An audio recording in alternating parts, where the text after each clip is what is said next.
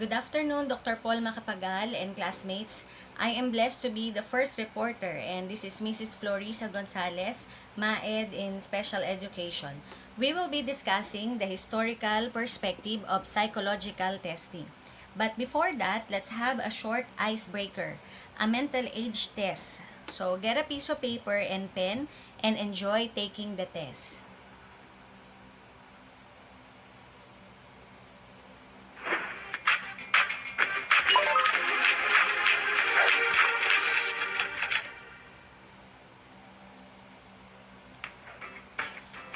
So what is your mental age? There are 10 questions and choose your answer A, B, C, D, or E. You'll have 7 seconds per question to choose. Keep track of your points. So discover your mental age at the end. Let's start. Question number 1. Choose your favorite. A, wolf, B, giraffe, C, elephant, D, monkey, E, horse.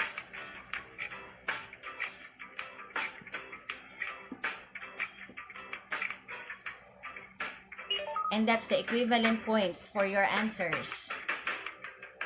Number 2. Sweet time. Pick one. A, B, C, D, and E.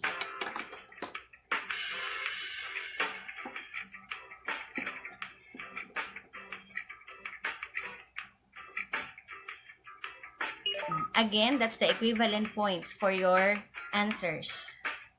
Number 3. Your fashion style is A, formal, B, bohemian, C, casual chic, D, sporty, or E, null.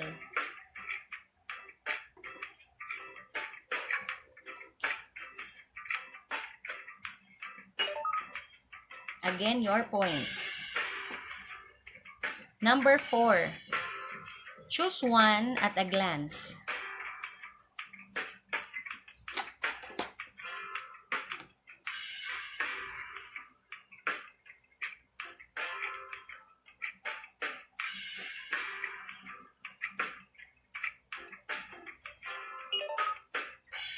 There are your points again. Number 5. How important is money to you? A, 10%, B, 25%, C, 50%, D, 75%, or E, 100%.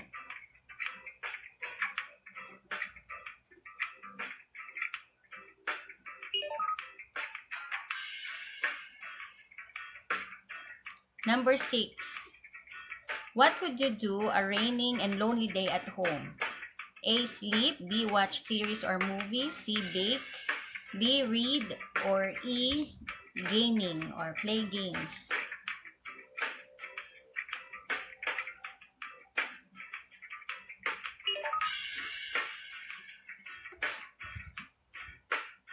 Question number 7.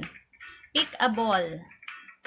A, B, C, D, and E.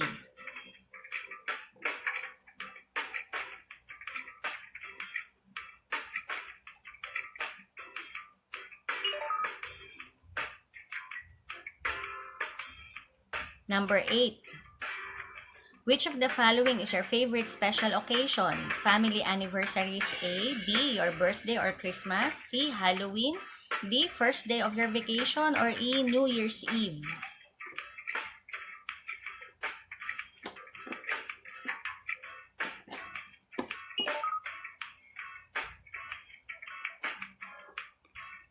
Question 9.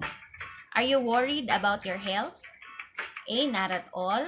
B, are you have regular control? C, no more than normal. D, extremely worried. Or E, yes, it's important.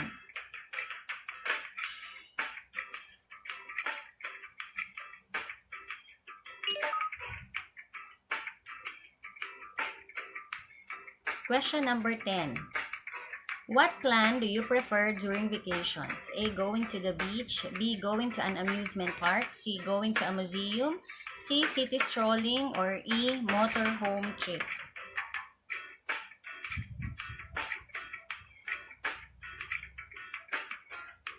And there your scores or your points. So now add up your points. So let's pause for a while you are adding your points. Are you done adding your points? Let us see your scores. Let's see the results. If you got from 100 to 170, your mental age from 5 to 12 years old, you are childish and joyful. If you got from 180 to 260, your mental age is 13 to 20 years old. If you got from 270 to 350, your mental age is 21 to 35 years old. If you got 360 to 440, your mental age is 36 to 50 years old. And somehow you think as an adult. If you got more than 440, your mental age is greater than 51 years old. You know what you want and how you want it. So, what do you think of your result? So, why do we have this kind of test, like this mental age? This is not so accurate, but I hope you enjoy the results of your test. Now, today we will have a brief preview of the historical context of psychological testing, and that will explain why do we have this different kind of test. Most of the major developments in testing have occurred over the last century, and many of them in the United States. But the origins of testing, however, are neither recent nor American. Evidence suggests that the Chinese had a relatively sophisticated civil service testing program more than 4,000 years ago. So there's rudimentary forms of testing date back to at least 2200 BC, when the Chinese emperor has his officials examined every third year to determine their fitness for office. Every third year, there's an oral examinations given to help determine work evaluations and promotion decisions. Now, by the Han Dynasty, the use of test batteries was quite common. So there are 2 or more tests used in conjunction. Now, these early tests related to such diverse topics as civil law, military affairs, agriculture, revenue, and geography. And tests had become quite well developed by the Ming Dynasty. During this period, a national multi-stage testing program involved local and regional testing centers equipped with special testing booths. Those who did well on the test at the local level went on to provincial capitals for more extensive essay examinations. After the second testing, those with the highest test scores went to the nation's capital for a final round, and only those who passed this third set of tests were eligible for public office. Now, it is from China that we have the physiognomy, phrenology, and physiograph. So, what do we mean by these things? Physiognomy is the face reading. It is based on the notion that one can judge the inner character of a person from his outward appearance, especially the face, like the one we had here in our picture. I don't know if you are familiar, but they are saying that if you have a big forehead, then somehow you are said to be intelligent. So we got that from the physiognomy. Then we also have the phrenology. That is the reading bumps on the head. It is attributed to Franz Joseph Gall. He argued that the brain is the organ of sentiments and faculties. Moving on, experimental psychology flourished in the late 1800s in continental Europe and Great Britain. Human abilities were tested in laboratories with objective procedures that were capable of replication. Now, the problem with experimental psychology was that it mistook simple sensory process for intelligence. They used assorted brass instruments to measure sensory thresholds and reaction times, thinking that such abilities were at the heart of intelligence. William Wundt founded the first psychological laboratory in 1879 in Leipzig, Germany. and he believed that the speed of thought might differ from one person to the next. Perhaps the most basic concept underlying psychological and educational testing pertains to individual differences.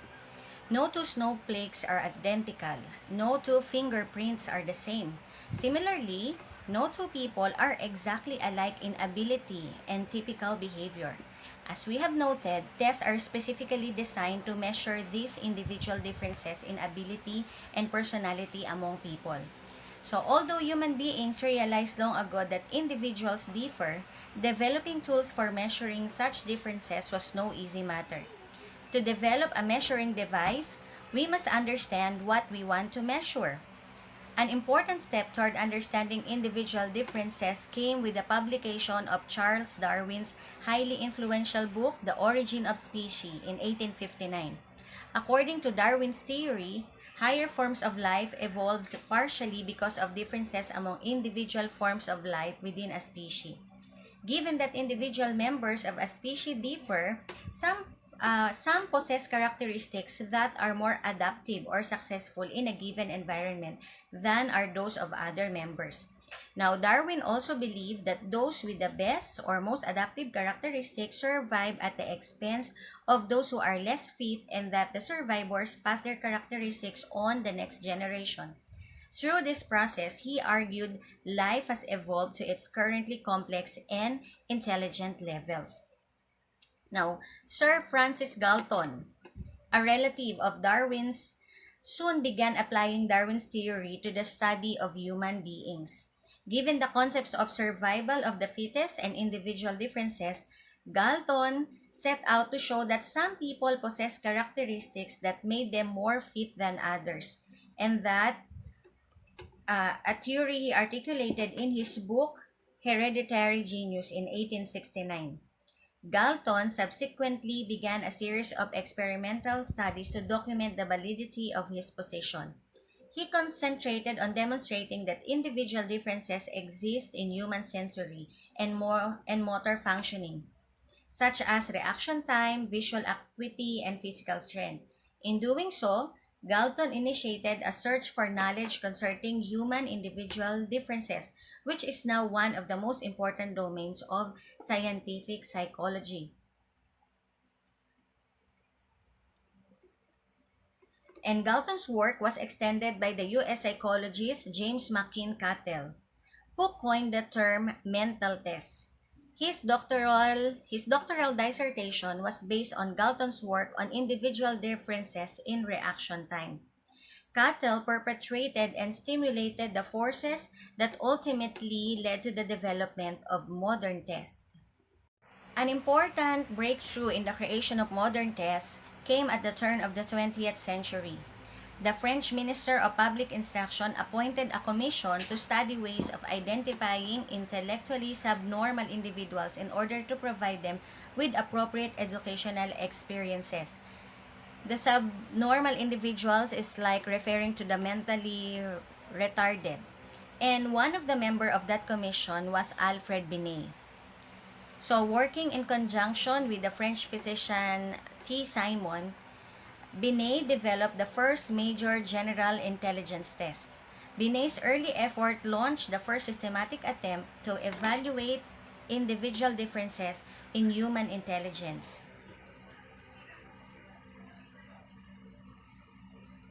Now, the history and evolution of Binet's intelligence tests are instructive. The first version of the test, known as the Binet-Simon scale, was published in 1905.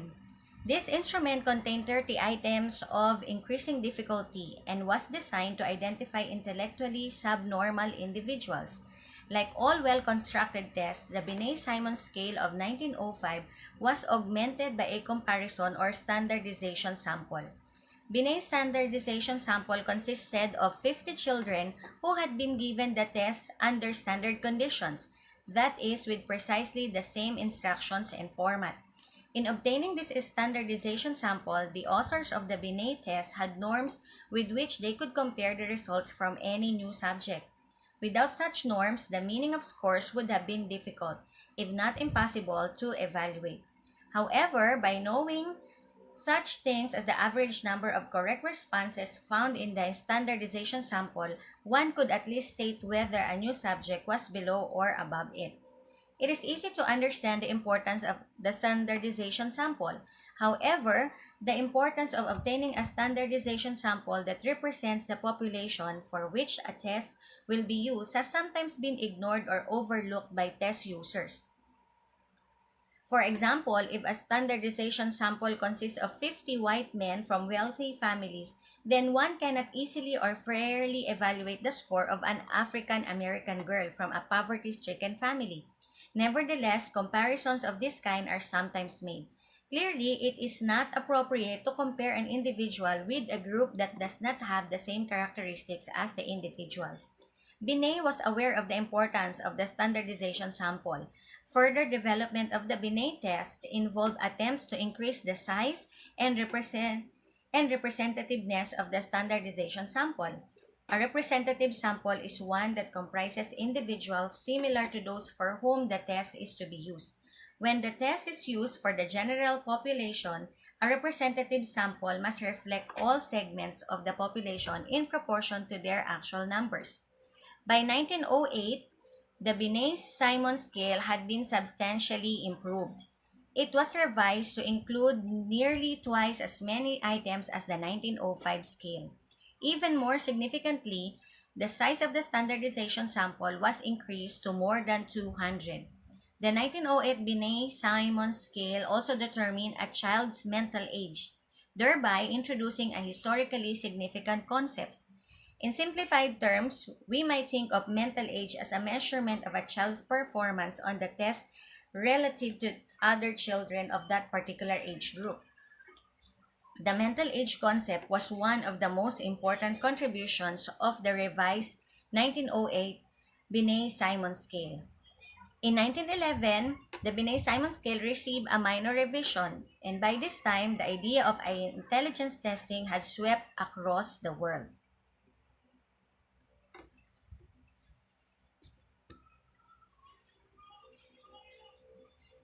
Now, by 1916, L.M. Thurman of Stanford University had revised the Binet test for use in the United States. Thurman's revision, known as the Stanford Binet Intelligence Scale, was the only American version of the Binet test that flourished. It also characterizes one of the most important trends in testing, the drive toward better tests. Thurman's 1916 revision of the Binet-Simon scale contained many improvements. The standardization sample was increased to include 1,000 people, 1,000 American kids aged 3 to 13. Original items were revised and many new items were added. Thurman's 1916 Stanford Binet Intelligence Scale added respectively and momentum to the newly developing testing movement. Now, the testing movement grew enormously in the United States because of the demand for a quick, efficient way of evaluating the emotional and intellectual functioning of thousands of military recruits in World War I. The war created a demand for large-scale group testing because relatively few trained personnel could evaluate the huge influx of military recruits. However, the Binet test was an individual test. So shortly after the United States became actively involved in World War I, the Army requested the assistance of Robert Yerkes, who was then the president of the American Psychological Association. Yerkes headed a committee of distinguished psychologists who soon developed two structured group tests of human abilities, the Army Alpha and the Army Beta. The Army Alpha required reading ability, whereas the Army Beta measured the intelligence of illiterate adults.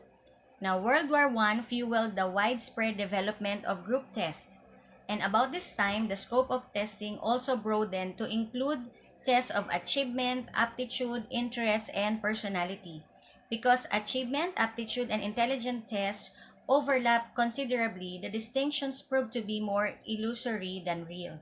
Even so, the 1916 Stanford Binet Intelligence Scale had appeared at a time of strong demand and high optimism for the potential of measuring human behavior through tests. World War I and the creation of group tests had then added momentum to the testing movement. Shortly after the appearance of the 1916 Stanford Binet Intelligence Scale and the Army Alpha Test, schools, colleges, and industry began using tests. It appeared to many that this new phenomenon, the psychological test, held the key to solving the problems emerging from the rapid growth of population and technology.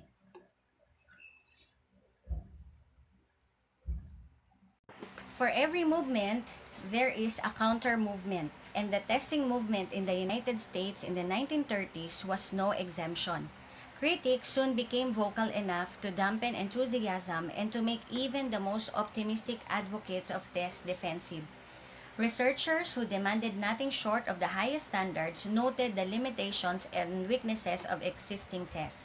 Not even the Stanford Binet, a landmark in the testing field, was safe from criticism. Although tests were used between the two world wars and many new tests were developed, their accuracy and utility remained under heavy fire. Now, near the end of the 1930s, developers began to re-establish the respectability of tests. New, improved tests reflected the knowledge and experience of the previous 2 decades. By 1937, the Stanford Binet had been revised again, and among the many improvements was the inclusion of a standardization sample of more than 3,000 individuals. A mere 2 years after the 1937 revision of the Stanford Binet test, David Wechsler published the first version of the Wechsler Intelligence Scales. The Wechsler-Bellevue scale contains several interesting innovations in intelligence testing. Unlike the Stanford Binet test, which produced only a single score, Wechsler's test yielded several scores, and permitting an analysis of an individual's pattern or combination of abilities.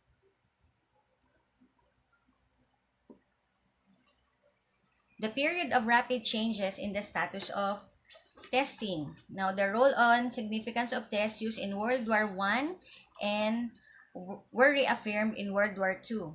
The U.S. government had begun to encourage the continued development of applied psychological technology. And by 1949, formal university training standards had been developed and accepted, and clinical psychology was born. Other applied branches of psychology, such as industrial, counseling, educational, and school psychology, soon began to blossom. How about the current environment? During the 1980s, 1990s, and 2000s, several major branches of applied psychology emerged and flourished. There's the neuropsychology, health psychology, forensic psychology, and child psychology. And because each of these important areas of psychology makes extensive use of psychological tests, psychological testing again grew in status and use. Neuropsychologists use tests in hospitals and other clinical settings to assess brain injury. Health psychologists use tests and surveys in a variety of medical settings. Forensic psychologists use tests in the legal system to assess mental state as it relates to an insanity defense, competency to stand trial or to be executed, and emotional damages. Child psychologists use tests to assess childhood disorders. Tests are presently in use in developed countries throughout the world. As in the past, psychological testing remains one of the most important yet controversial topics in psychology. Testing is indeed one of the essential elements of psychology.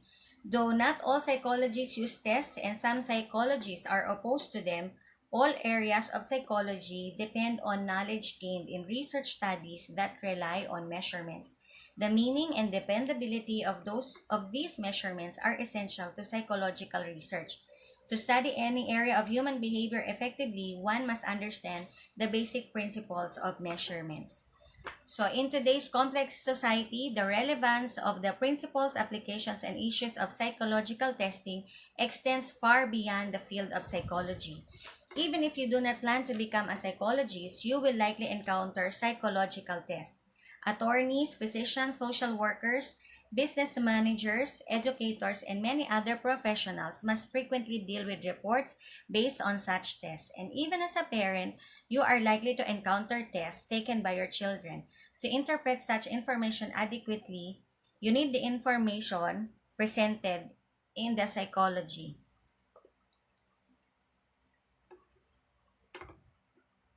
Modern history shows that psychological tests have evolved in a complicated environment in which hostile and friendly forces have produced a balance characterized by innovation and a continuous quest for better methods. One interesting thing about tests is that people never seem to remain neutral about them. If you are not in favor of tests, then we ask that we maintain a flexible, open mind while studying them. Our goal is to give us enough information to assess psychological tests intelligently throughout our lives. And that's the end of my report. Here are the references that I've read and reviewed as I prepared this report. Thank you so much.